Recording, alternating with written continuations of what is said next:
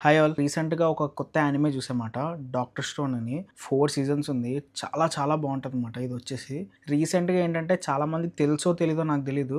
25థ్‌న ఒక 3 ఎపిసోడ్స్ అయితే యాడ్ చేశారనమాట. మంచి క్లారిటీ ఇచ్చారు. దాంతో పాటు దీనికి ఇంకొక ఫైనల్ పార్ట్ అనేది ఉందంట. అది మనకి 2026లో ఫస్ట్ క్వార్టర్‌లో రిలీజ్ చేస్తారంట. ఈ యానిమే అయితే చాలా బావుంటది. చాలా యూనిక్ కాన్సెప్ట్ మాట.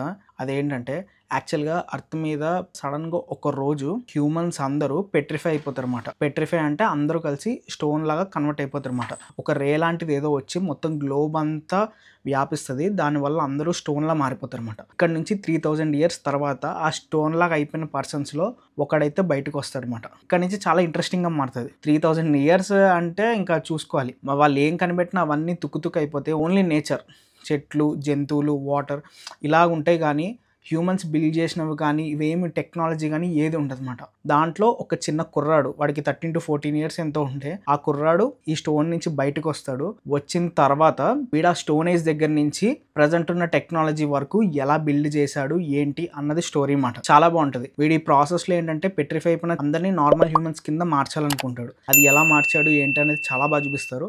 దాంతో పాటు టెక్నాలజీ డెవలప్మెంట్ అనేది ఎలా జరుగుతుంది, వీడు ఎలా చేస్తున్నాడు అని చెప్పి భలే చూపిస్తారన్నమాట. అంటే యాక్చువల్గా మనోడి క్యారెక్టర్ కూడా ముందుగా మంచిగా ఎస్టాబ్లిష్ చేస్తాడు. వీడు ఉన్న ఏజ్ కన్నా వీడి థింకింగ్ అనేది చాలా ఎక్కువగా ఉంటుంది అన్నమాట.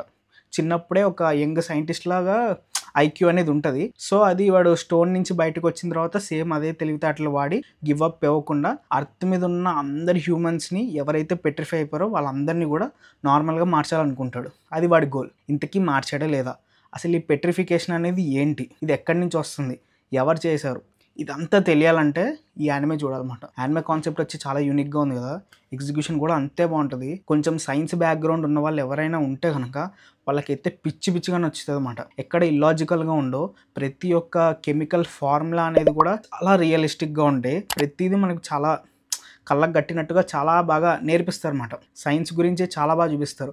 సైన్స్ లేకపోతే జనాలు ఎలా ఉంటారో, అది ఉంటే దాని ఎఫెక్ట్స్ ఏంటి అండ్ దాని వల్ల వచ్చే కొన్ని బెనిఫిట్స్ ఏంటి, ఇవన్నీ కూడా బాగా చూపిస్తారు. వాటిల్లో ఏంటంటే హ్యూమన్ ఎమోషన్స్ని కూడా కంబైన్ చేస్తూ చాలా నీట్గా తీశారన్నమాట. యానిమే అయితే చాలా బాగుంటుంది. మస్ట్ వాచ్ యానిమే అన్నమాట. ఇది అస్సలు మిస్ అవ్వద్దు.